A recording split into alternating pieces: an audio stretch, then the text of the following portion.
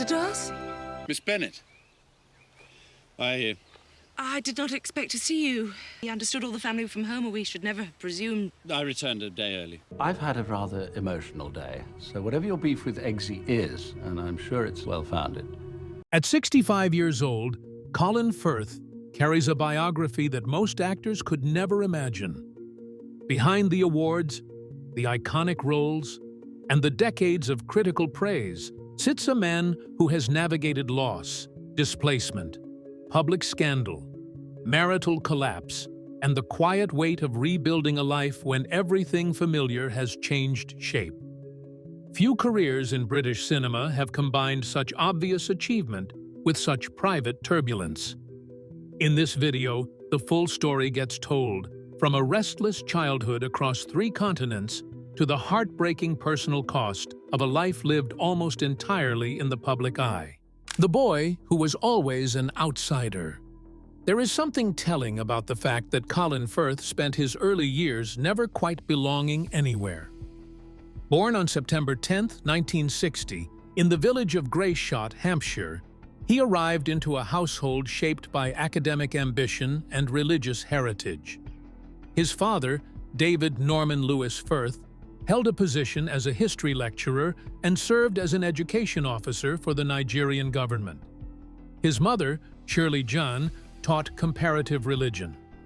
Both sets of grandparents had roots in missionary work, with his maternal grandparents serving as Congregationalist ministers and his paternal grandfather working as an Anglican priest. Faith, learning, and movement defined the family before Colin could form any stable sense of home. The family's relocation to Nigeria came almost immediately after his birth, with his father taking up a teaching post at the University of Ibadan.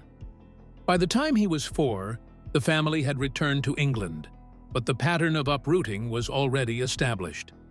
That pattern repeated itself dramatically in 1971 when an 11-year-old Colin found himself transplanted to St. Louis, Missouri, where his father held a visiting academic post. The experience cut deep. Mercilessly teased for his English accent, he adapted the way any child learns to survive, by masking himself. He adopted a flat Missouri vowel and performed indifference to schoolwork, 2 tactics that carried no joy but offered protection. That early lesson in self-concealment, in performing a version of yourself that the environment demands rather than the version that actually exists, would become one of the most useful skills an actor could possess. At the time, it was simply painful. Returning to England meant secondary school at Montgomery of Alamein Secondary School in Winchester, where the sense of being an outsider persisted. He was bullied.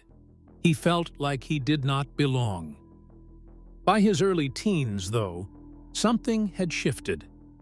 He had discovered acting. Inspired partly by Paul Scofield's performance in A Man for All Seasons, the idea of inhabiting other people, of giving voice to characters who carried emotions he could not always express directly, took hold with serious force. He attended drama workshops from the age of 10, and by 14 had made up his mind. Acting was not a hobby or a fallback. It was the only thing that made consistent sense. Barton Peveril Sixth Form College in Eastleigh became an unexpected turning point. There, a teacher named Penny Edwards ignited a genuine love of English literature in him that he has described as transformative. Those 2 years at Sixth Form remained, by his own account, among the happiest of his life. After Sixth Form, he moved to London, joined the National Youth Theatre, and took a job in the wardrobe department at the National Theatre while preparing for what came next. What came next was Drama Centre London, a Stanislavski-based conservatoire whose rigorous training produced graduates, including Pierce Brosnan and Helen McCrory. He threw himself into the work 6 days a week. Playing Hamlet in the end-of-year production caught the attention of playwright Julian Mitchell, who cast him in a West End production of Another Country, replacing Daniel Day-Lewis in the central role. The play had already made careers. Now it was about to make his. The 1984 film adaptation of that same play gave Firth his screen debut alongside Rupert Everett, and the tension that formed between the two actors during that period became a fixture of British entertainment gossip for the next 2 decades. Everett's own autobiography later admitted that professional jealousy sat at the heart of that dynamic, not genuine dislike. Firth himself has said the two eventually resolved things, and he counts Everett among his favorites in the business now. That resolution, however, took years. The pattern of difficult relationships that would mark Firth's personal life was already beginning to show its shape, even at the start of his professional one. The role that changed everything, and the life that complicated it. No honest discussion of Colin Firth's career can bypass 1995. Everything before that year feels like preparation. Everything after it feels like the consequence of a single defining moment. The BBC adaptation of Jane Austen's Pride and Prejudice aired on September 24, 1995, and by the time the final episode closed, the cultural landscape had shifted around him. The role of Mr. Darcy elevated Colin Firth to stardom in a way that transcended normal critical praise, turning a respected working actor into a household name recognized across continents.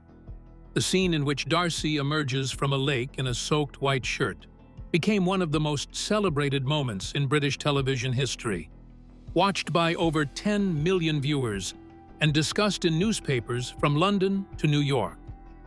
What made that performance remarkable was not the obvious charisma, but the restraint underneath it.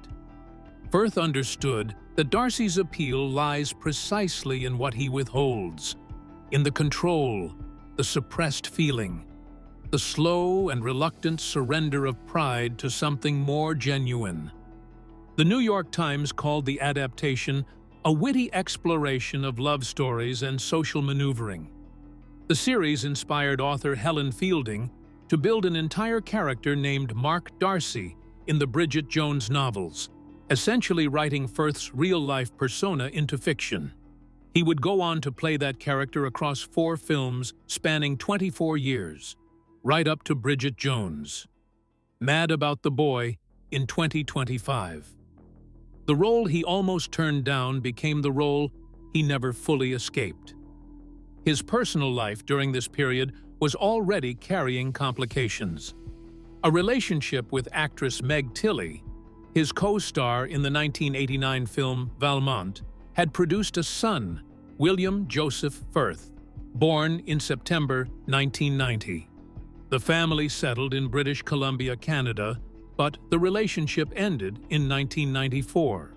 He became a father at 30 and a separated father shortly after, a situation he has rarely discussed at length publicly, but which shaped the next decade of his emotional life in ways that ran underneath his professional success.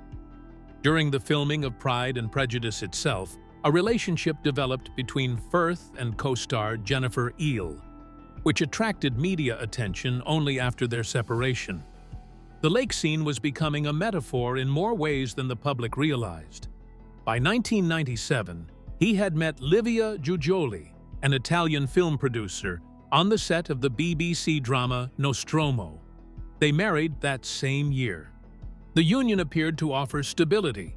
2 sons, Luca, born in 2001, and Matteo, born in 2003, arrived during a period that also saw his career expanding in every direction. He won a BAFTA nomination for Bridget Jones's Diary in 2001, appeared in Girl with a Pearl Earring in 2003, and found himself at the center of the Love Actually ensemble cast that same year. The decade moved quickly, and success layered itself on success. Then came the role that shifted everything again. Tom Ford's A Single Man, released in 2009, cast Firth as a gay British professor in 1960s Los Angeles, who, following the death of his long-term partner, spends a single day contemplating whether to continue living. The restraint required by that performance was extraordinary. Every moment of grief had to live inside the body without being named. He won the BAFTA Award for Best Actor in a Leading Role for the performance, received his first Academy Award nomination, and took the Volpi Cup for Best Actor at the Venice Film Festival. Critics used words like masterclass and quietly devastating. The performance demonstrated something that earlier, lighter roles had always suggested but never fully proved, that Colin Firth was capable of carrying a film's entire emotional weight without spectacle. What followed was the King's Speech. The summit, the scandal, and the marriage that collapsed. The King's Speech arrived in 2010 and did something few films do cleanly. It placed the right actor inside the right story at the right cultural moment. Firth played the future King George VI, a man struggling with a debilitating stammer on the eve of the Second World War, working alongside speech therapist Lionel Logue, played by Geoffrey Rush. The film grossed over $414 million worldwide against a production budget of just £8 million, becoming one of the most commercially successful independent British films ever made.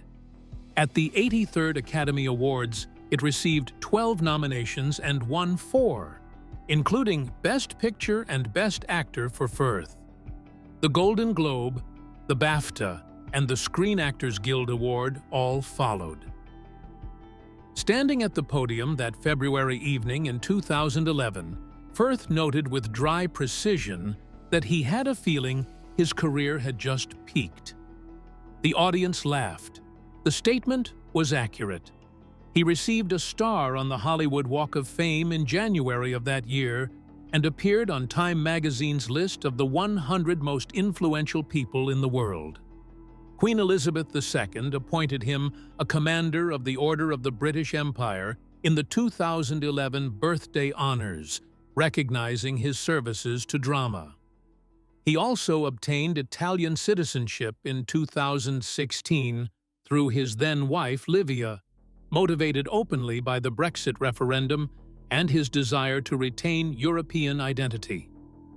Professionally, everything appeared settled and celebrated. Personally, the ground was already cracking. Between 2015 and 2016, Colin and Livia underwent a private separation that they kept entirely from public view. During that period, Livia entered a relationship with Italian journalist Marco Brancaccia, a childhood friend, and the marriage entered territory from which it would never fully recover. The couple reconciled after that separation, and Firth issued a public statement in 2018 confirming the situation after the story broke in the press. What made the episode stranger was the legal dimension.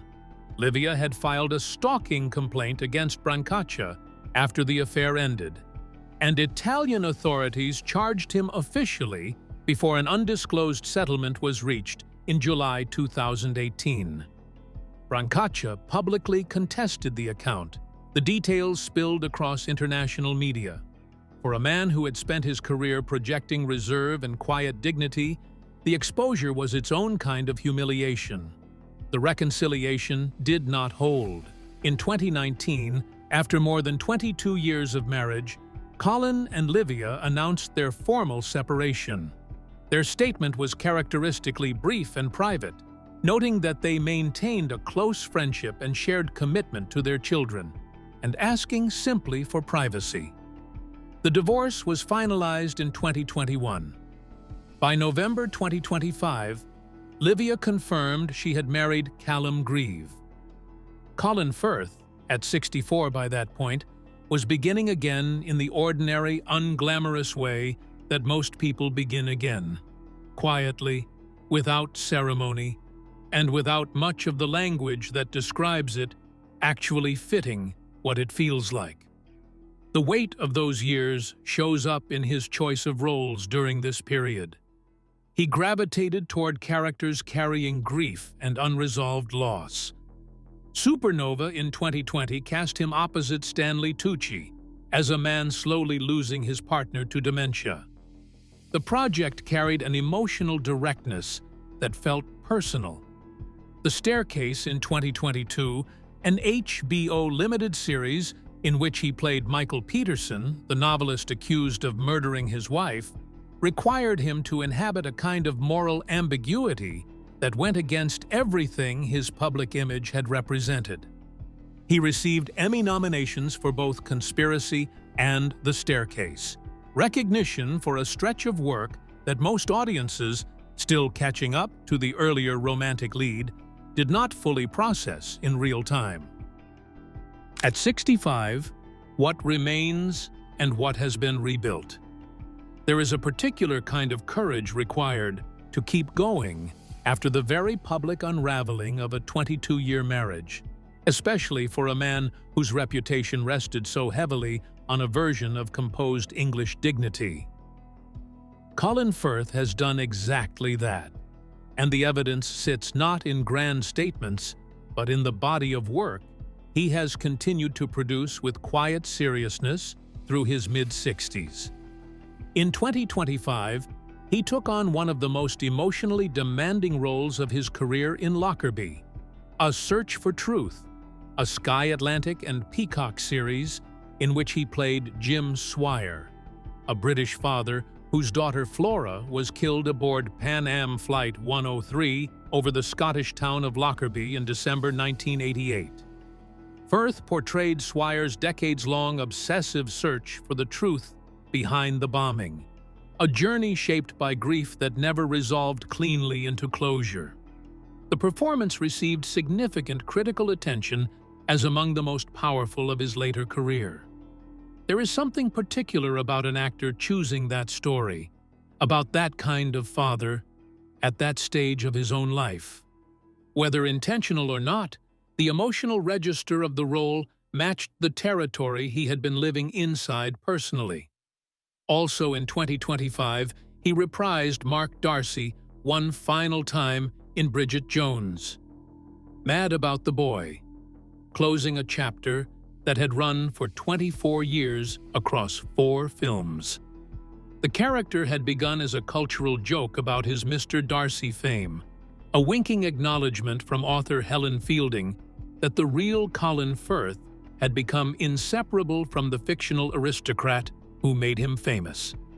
By the time Mad About the Boy arrived, however, the joke had long since dissolved into something more genuine.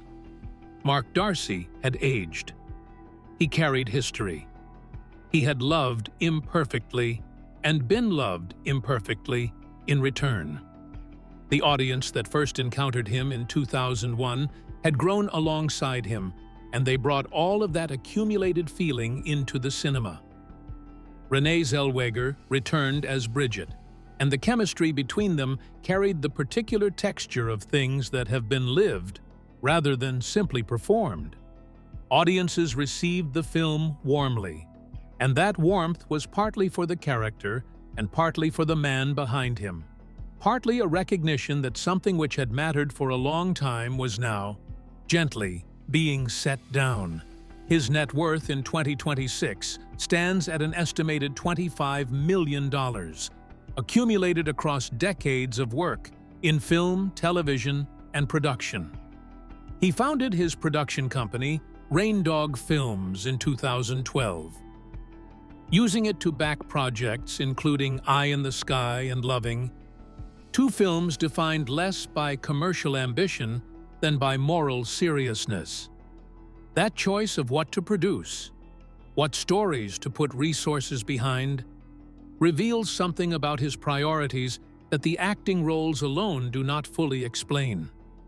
He has consistently reached for material that costs something, that asks something of its audience, that refuses the easy resolution. But the money is not the story. The story is what the decades cost alongside what they built. 3 children across 2 relationships, a marriage that lasted 22 years and ended through a combination of distance, an affair that became a public stalking case, and the particular kind of exhaustion that accumulates inside a long partnership when both people are quietly pulling in different directions. A career that peaked at the precise moment the private life was beginning its slow, invisible collapse. Both things happened at the same time, the Oscar and the unraveling, sitting side by side in the same years, and the world only ever saw one of them clearly. He remains, at 65, an actor with a Spielberg film on the immediate horizon. Disclosure Day, directed by Steven Spielberg and co-starring Emily Blunt, Josh O'Connor, and Coleman Domingo, is scheduled for release in June 2026 and represents the kind of project that signals continued industry confidence in him at a level that many actors his age never sustain. He has not retreated into comfortable television or legacy roles that require nothing new. He keeps reaching for material that costs him something. What the tragedy of Colin Firth looks like from the outside is this: a man of considerable talent and warmth who spent decades achieving professionally while privately navigating displacement, separation, scandal, and loss, without ever quite being able to hold both halves of life in the same hand at the same time. The awards came, the recognition came, the iconic roles came. And alongside all of it ran a private story of a boy who always felt like an outsider, who built a home, watched it come apart, and began the quiet, unsentimental work of continuing. That is not the ending of a tragedy in the theatrical sense. Tragedy in the theatrical sense requires a final fall. What Firth represents is something more complicated and more honest. A life that contains both genuine greatness and genuine heartbreak in equal measure, without either canceling the other out. The man who stood in that lake in 1995 and became something larger than himself has spent the 30 years since trying to figure out who he actually is underneath the image. At 65, the answer is still being written, and the work is still very much underway. What does it mean to have everything the world calls success and still carry that particular quiet inside you? That is the question Colin Firth's story keeps asking, and the one that makes it, above everything else, worth paying attention to. If you made it to the end of this video, that means something, because this was not a light story. Thank you sincerely for watching and for giving your time to a life as layered and as quietly complicated as Colin Firth's. If this video moved you or taught you something you did not know before, please give it a like and consider subscribing so you never miss what we put out next. We cover stories like this one regularly, lives that look one way from the outside and feel entirely different from within. If you want to watch another video right now, click on the screen and we will see you there.